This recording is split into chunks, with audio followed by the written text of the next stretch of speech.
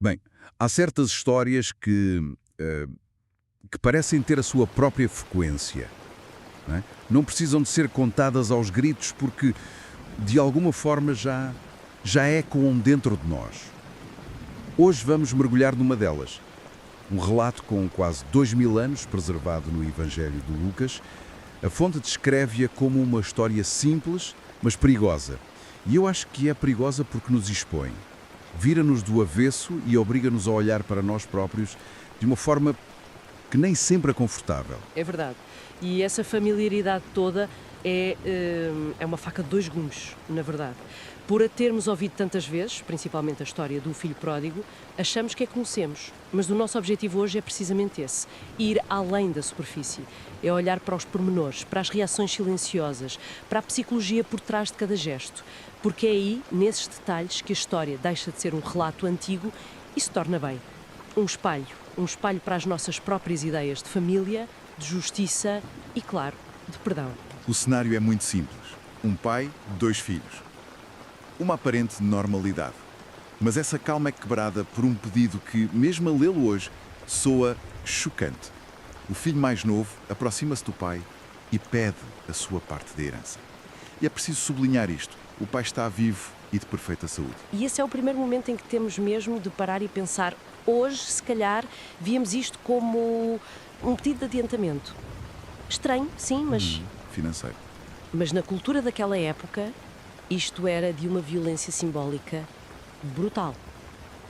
Não havia precedente para uma coisa destas. Era o equivalente a dizer, cara a cara, olha, para mim você já morreu. Uau. Dê-me o que seria meu, para que eu possa viver a minha vida sem si. É uma rejeição total da identidade, da família, da própria fonte da sua vida. É de uma frieza. Inacreditável. A minha primeira reação, e imagino que a de muitos, seria esperar uma confrontação. Uma discussão, talvez até uma recusa. Mas o pai não faz nada disso. O texto diz simplesmente que ele dividiu os seus bens. Por que é que ele aceita? O que é que está por trás desta aparente passividade? Essa é a primeira grande questão da história, sem dúvida. E a resposta não é simples. Esta passividade do pai não é fraqueza nem indiferença. É uma forma de amor radical e enigmática. Ao concordar, ele está a dar ao filho a liberdade que ele exige, mesmo sabendo que essa liberdade é, na verdade, uma prisão que o filho está a construir para si mesmo. Ele respeita a decisão do filho ao ponto de permitir que ele se quebre. É uma decisão dolorosa, que define o tom para tudo o que vem a seguir. E essa tal liberdade não demora a ser posta em prática. Poucos dias depois, ele junta tudo e parte. Para longe. Para uma terra onde o nome do pai não tem peso, onde ele pode ser quem quiser. A fonte descreve esta fase como uma explosão de excessos, festas, gastos sem controle, uma vida de prazeres imediatos. Parece o sonho de qualquer jovem que se sente preso. Mas há uma frase curta, cortante, que muda tudo. Até que o dinheiro acaba. E essa frase é o ponto de viragem. A narrativa estabelece uma ligação quase matemática. A herança acaba, a fome começa. E o texto não fala de uma fome ligeira, usa a imagem de uma grande fome que assolou a terra. O que sugere que não é só o estômago dele que está vazio. O vazio que ele tentou preencher com festas e amigos de ocasião torna-se agora um abismo real, palpável. A liberdade que ele comprou esgotou-se. E a partir daí, a descida é vertiginosa. Ele chega ao ponto de aceitar um trabalho a cuidar de porcos. Para nós, hoje, pode parecer apenas um trabalho sujo. Mas para um jovem judeu daquela época, isto era mais do que isso, certo? Quão baixo é que isto o colocava na escala social e religiosa? Colocava-o no fundo absoluto do poço. Os porcos eram considerados animais impuros pela lei judaica. Trabalhar com eles não era apenas humilhante, era um ato de contaminação, religiosa e cultural. Significava que ele tinha cortado os últimos laços com a sua identidade, a sua fé, a sua comunidade. Estava completamente alienado. E para piorar, a fome dele é tanta que ele deseja comer a lavagem dada aos porcos. E o texto acrescenta um detalhe final que é esmagador. E ninguém lhe dava nada. Os amigos desapareceram com o dinheiro. Todos. Ele está radicalmente só. Então ele está, no fundo, sozinho, faminto, a desejar comida de porco. A narrativa podia acabar aqui, com uma lição de moral. Mas não acaba, pois não. O que é que o tira daquele estado? É uma expressão fascinante que o texto usa, caindo em si.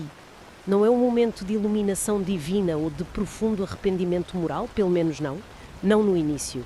É um momento de clareza brutal, quase pragmática. Ele acorda para a realidade da sua situação. E o que o acorda não é a memória do amor do pai, nem a saudade de casa, Não. É a memória do pão. do pão.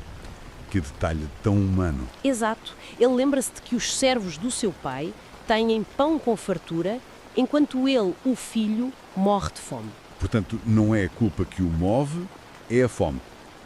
É a percepção de que a liberdade que ele perseguiu o levou a um estado inferior ao de um escravo na casa que ele rejeitou. Precisamente, é a percepção de que a sua busca por autonomia foi uma ilusão que o conduziu à pior forma de cativeiro. E é com base nisto que ele traça um plano. Ele decide voltar, mas a atitude dele é a de um homem derrotado.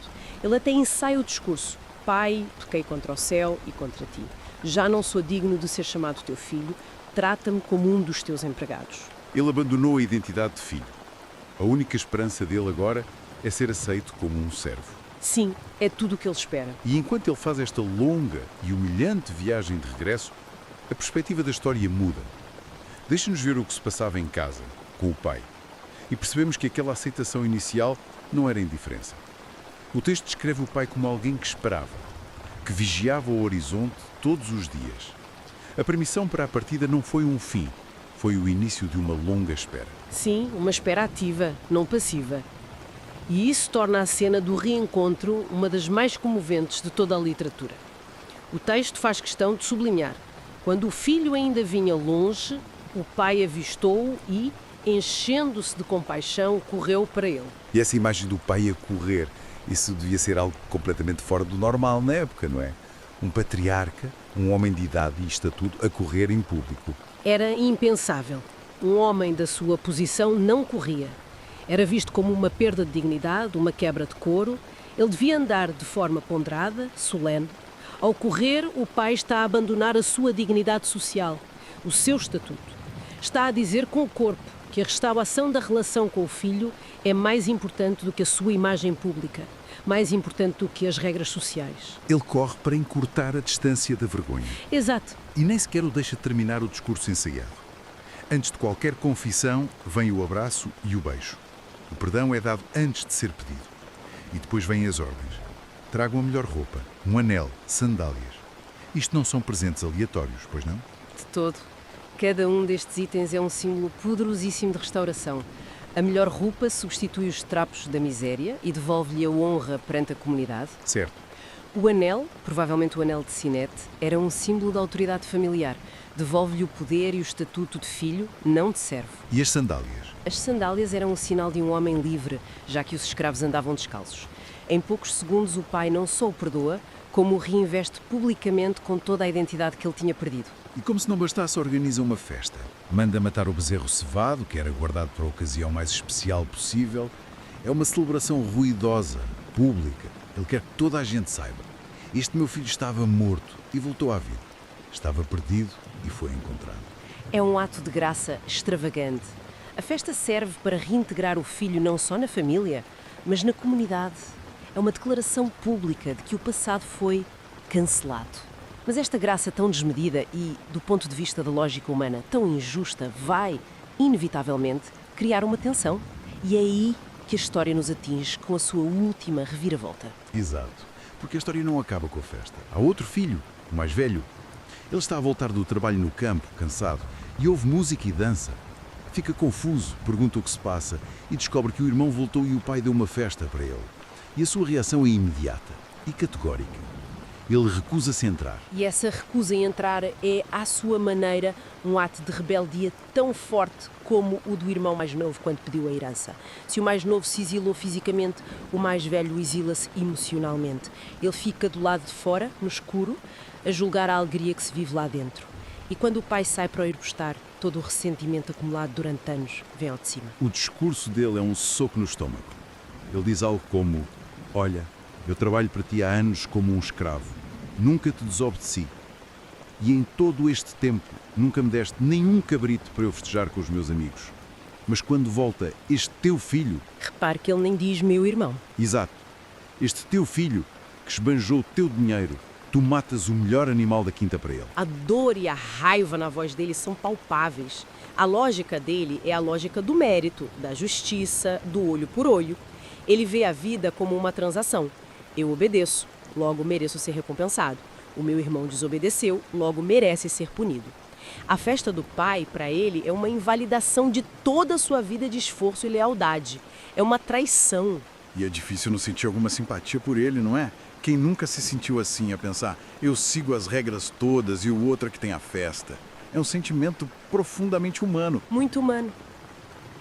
E é por isso que esta personagem é tão desconfortável, porque muitos de nós que tentamos fazer as coisas bem, podemos ver-nos refletidos nele. E o pai, pela segunda vez na história, sai de casa para ir ao encontro de um filho perdido.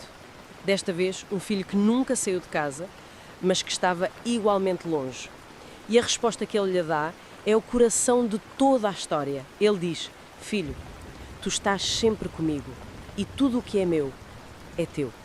Essa frase é de uma profundidade incrível. Tudo que é meu é teu. O que é que o pai está realmente a dizer com isto? Ele está a revelar a tragédia silenciosa do filho mais velho. O filho vivia obcecado com a recompensa, com o cabrito que nunca recebeu, sem perceber que já tinha tudo. A quinta, a herança, a relação com o pai, tudo já era dele. Mas ele vivia na sua própria casa, como um servo, não como um filho. Ele estava fisicamente presente, mas emocionalmente exilado. Exatamente. Vivia para o trabalho e para a obediência, mas nunca usufruiu da intimidade, da alegria e da abundância que lhe estavam disponíveis a todo momento. A sua busca por justiça cegou-o para a graça que já possuía. E o pai termina a explicar porque é que a festa era necessária. Tínhamos de celebrar e alegrar-nos. É como se dissesse que a lógica da celebração se sobrepõe à lógica do mérito. Pois, a alegria do pai não anula o serviço do filho mais velho, mas também não se baseia nele. Baseia-se no amor que restaura. O pai está a tentar convidá-lo a sair da mentalidade de servo e a entrar na de filho. A partilhar da sua alegria em vez de a medir com a régua da justiça. E é aí que a história acaba, de uma forma abrupta e incrivelmente ambígua. O pai faz o convite, mas o texto não nos diz se o filho mais velho entrou na festa. Não sabemos o que ele escolheu.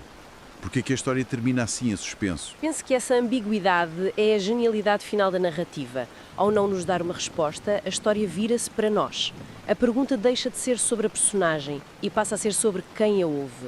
O final fica em aberto para nos forçar a tomar uma posição. O que faríamos nós? Conseguiríamos entrar naquela festa? Somos capazes de celebrar uma graça que não compreendemos e que se calhar achamos que não foi merecida? A nossa fonte termina com uma reflexão que me ficou na cabeça. Diz que, talvez, essa parte final não tenha sido escrita de propósito. Que talvez ela esteja sendo escrita agora, por quem escuta.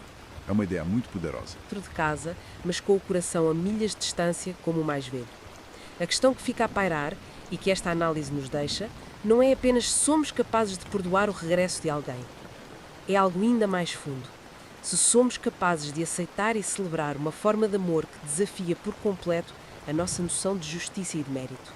E essa é a escolha que a história nos deixa nas mãos.